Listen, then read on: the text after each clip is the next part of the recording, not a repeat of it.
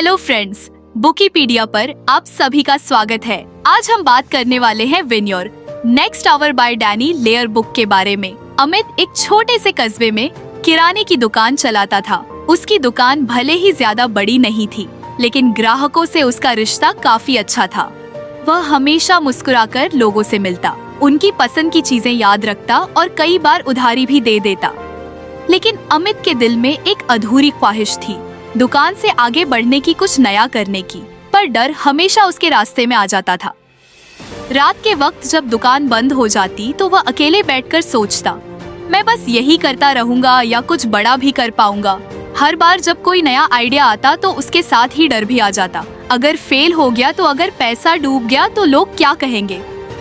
फिर एक दिन उसके दोस्त अमित ने उसे एक किताब दी, when your next her how to get stuck and turn your dreams into reality by Danny. Amit ने पहले तो किताब को साइड में रख दिया, लेकिन उस रात जब नींद नहीं आई तो उसने किताब खोलकर पढ़ना शुरू किया। पहला चैप्टर था ओवरकम फियर्स।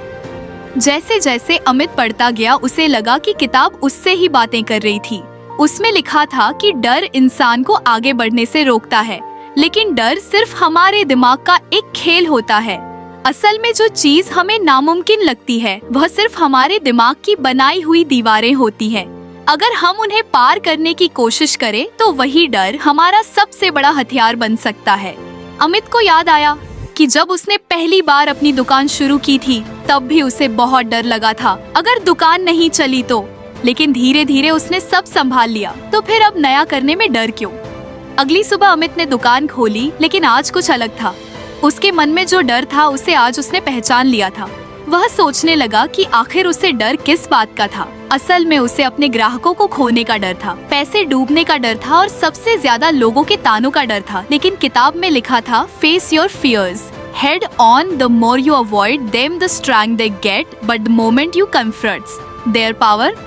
अमित ने सोचा, अगर सच में ऐसा है तो क्यों ना आजमाया जाए। उसने दुकान के कोने में एक छोटा सा सेक्शन बनाया जहां उसने कुछ हेल्दी स्नैक्स और ऑर्गेनिक प्रोडक्ट्स रखने का फैसला किया। यह चीजें उसके कस्बे में कोई नहीं बेचता था, लेकिन वह जानता था कि धीरे धीरे लोग हेल्दी खाने की तरफ शिफ्ट हो रहे हैं।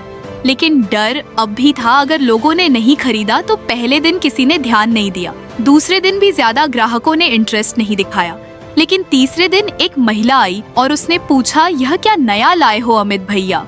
अमित को कुछ हिचक हुई, लेकिन फिर उसने खुद को याद दिलाया, डर को कंट्रोल मत करने दो, उसे फेस करो। उसने महिला को प्रोडक्ट्स के बारे में बताया कि कैसे यह ज्यादा हेल्दी है और प्रिजर्वेटिव्स के बने हैं।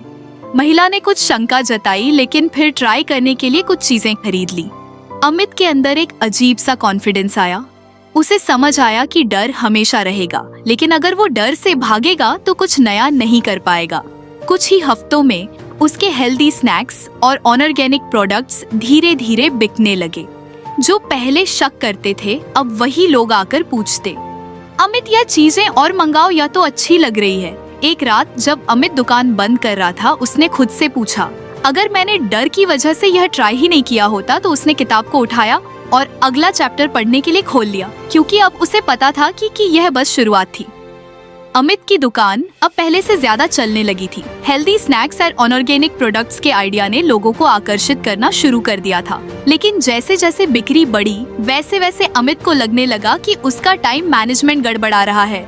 दिन भर दुकान में बिजी रहने के बाद जब रात को बैठकर हिसाब किताब करता तो उसे महसूस होता कि बहुत सारा जरूरी काम छूट गया है। कभी किसी ग्राहक का ऑर्डर भूल जाता, कभी किसी सामान की डिलीवरी लेट हो जाती, और सबसे ज्यादा दिक्कत उसे अपनी पर्सनल लाइफ मैनेज करने में हो रही थी। रात को जब वह दुकान बंद करने के बाद घर पहुंचा तो उसकी आंखें फिर से उसी किताब पर पड़ी, व्हेन योर नेक्स्ट हर। उसने पिछले हफ्ते डर को हराने का सबक सीखा था और अब उसके मन में जिज्ञासा थी कि आगे क्या सीखने को मिलेगा। उसने किताब खोली और अगला चैप्टर पढ़ना शुरू किया। किताब में लिखा था कि समय हर इंसान के पास बराबर होता है, लेकिन फर्क इस बात से होता है कि कौन उसे कैसे इस्तेमाल करता है। अगर सही तरीके से समय को मैनेज किया जाए तो कम समय में ज्यादा हासिल किया जा सकता है और बिना थके, बिना बर्न आउट हुए अपनी प्रोडक्टिविटी को बढ़ाया जा सकता है। अमित को लगा कि यही तो उसकी सबसे बड़ी परेशानी थी। वह पूरा दिन दुकान में लगा देता, लेकिन फिर भी ऐसा लगता जैसे वक्त की कमी हो रही हो। अगली सुबह जब उसने दुकान खोली तो सबसे पहले उसने सोचा कि वह अपने काम को कैसे बेहद तरीके से मैनेज कर सकता है। पहले तो उसने गौर किया कि उसका ज्यादातर वक्त कहाँ जाता है। उसने महसूस किया कि दिन भर वह बिना किसी प्लानिंग के ही काम करता है, जो भी सामने आ जाता वही करने लग जाता। इसी वजह से कभी जरूरी चीजें छूट जाती तो कभी वह खुद को थका हुआ महसूस करता। किताब में लिखा था कि अगर तुम अपने दिन को प्लान नहीं करोगे तो तुम्हारा दिन तुम्हें कंट्रोल करेगा। अमित ने ठान लिया कि अब वह अपने दिन को बेहतर तरीके से प्लान करेगा। उसने अगले दिन से एक छोटा सा नोटबुक रखा जिसमें वह सुबह उठते ही दिन भर के जरूरी काम लिखने लगा। अगर आपको हमारी फ्री समरी अच्छी लगती है तो आप हमारे चैनल को सब्सक्राइब कर सकते हैं, हमारी मेंबरशिप खरीद सकते हैं या हमें UPI के थ्रू सपोर्ट कर सकते हैं। अब समरी पर वापस चलते हैं। पहल